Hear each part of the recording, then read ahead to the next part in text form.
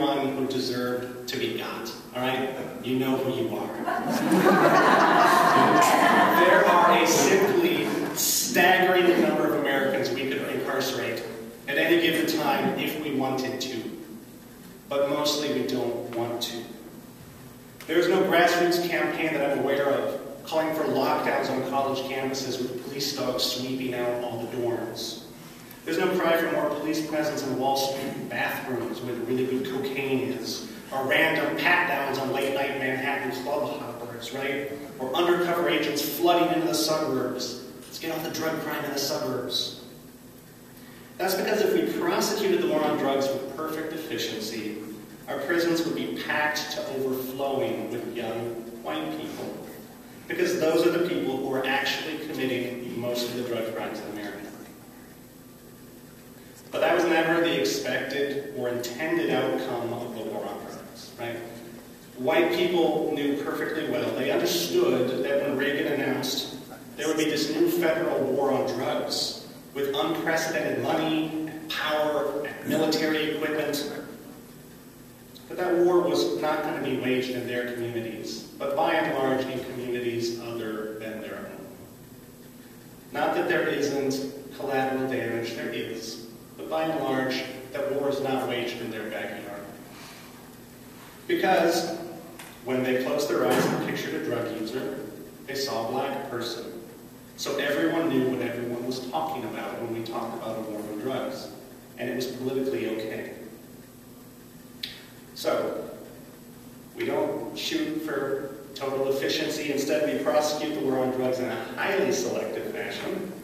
And the result is that black people, who I will remind you are no more likely to use drugs than white people, are vastly more likely to be arrested for their drug use.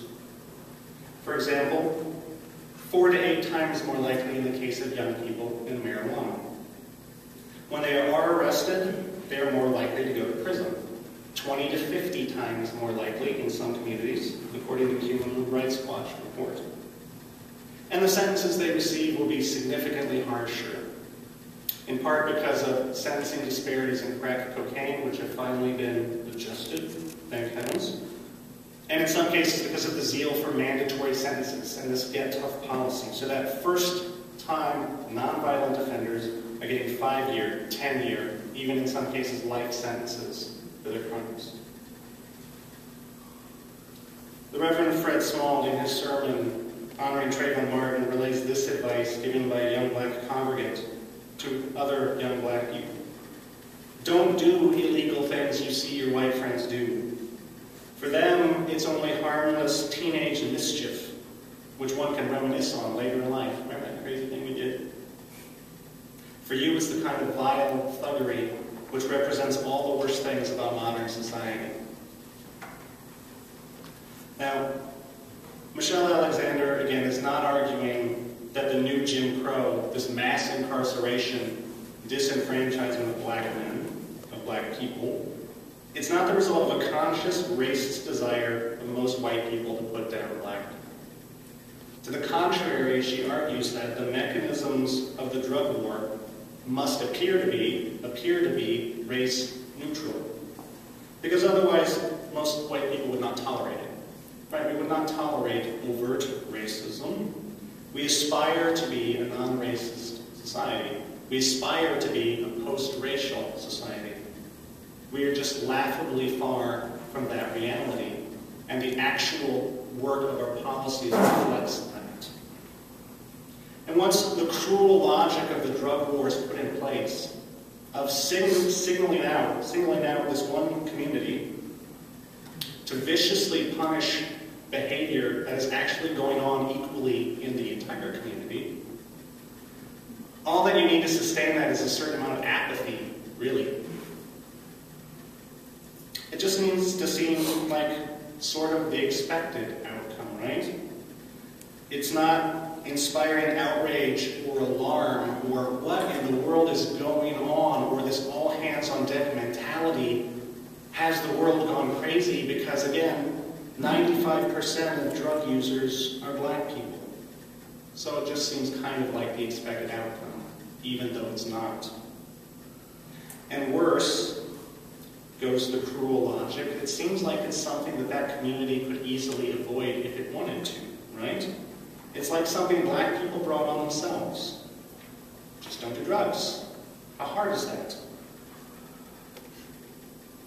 Parents and school teachers, Michelle Alexander writes, they counsel black children that if they ever hope to escape this system and avoid prison time, they must be on their best behavior, raise their arms and spread their legs for the police without complaint, stay in failing schools, pull up their pants, refuse all forms of illegal work and money-making activity, even if jobs in the legal economy are impossible to find. When black youth find it difficult or impossible to live up to these standards, when they fail, stumble, or make mistakes, as all humans do, shame and blame is heaped upon them. If only they had made different choices, they're told sternly, they wouldn't be in a jail cell. They'd be graduating from college. Never mind that white children on the other side of town who made precisely the same choices are, in fact, going to college. Now, as I was preparing today's sermon, we got two pieces of what I take to be very good news. The first was Attorney General Eric Holder's announcement that the Justice Department would no longer seek mandatory minimum sentences for low-level drug offenses. It's a start. It's great news. It doesn't mean the states, but it's a start. And the second was the decision by Judge Shira Scheinlein to throw out New York's stop and frisk policy, its 5 black people for every white people policy, for obviously and ridiculously violating the 14th Amendment's equal protection clause. We're a long way from dismantling the machinery of mass incarceration, but we are perhaps at least beginning to seriously question its assumptions and its methods. The danger, Michelle Alexander would tell us, the danger she wants us to hear, is that we as a society don't question deep enough. If we don't question deep enough, the imposition of the new Jim Crow evolved swiftly and easily after the end of the old Jim Crow. And if we do away with mass incarceration, without confronting the racism at its core, there will be another system of control waiting to be exploited for someone's political gain. Another system of control waiting to be imposed.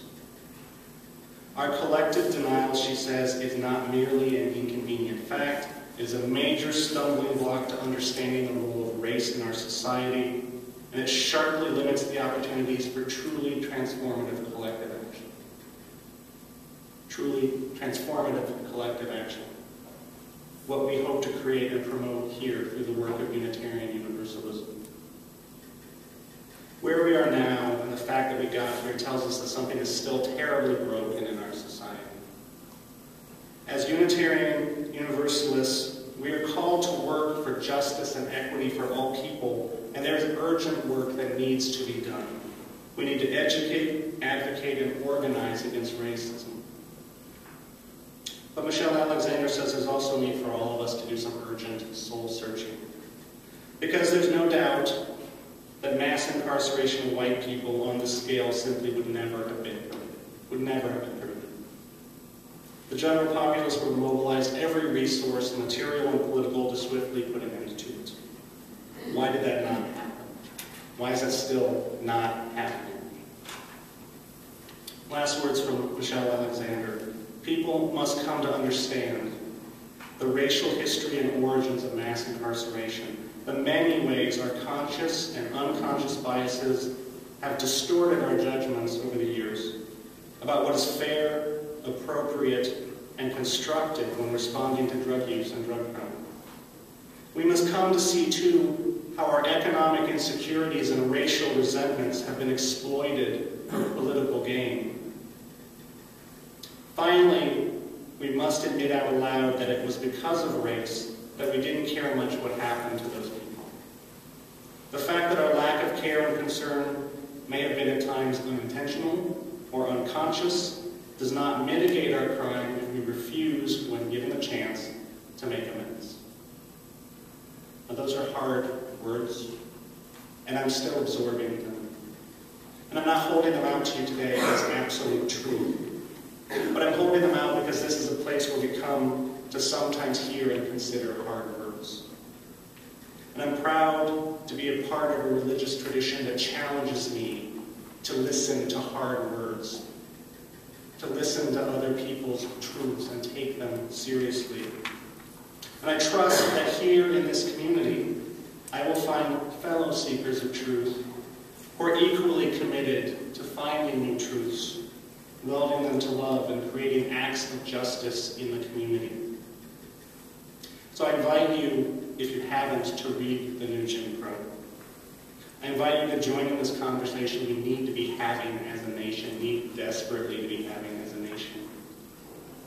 And to work together as a congregation to build a new land where the new Jim Crow is forever a thing of the past. Blessed be. Will you please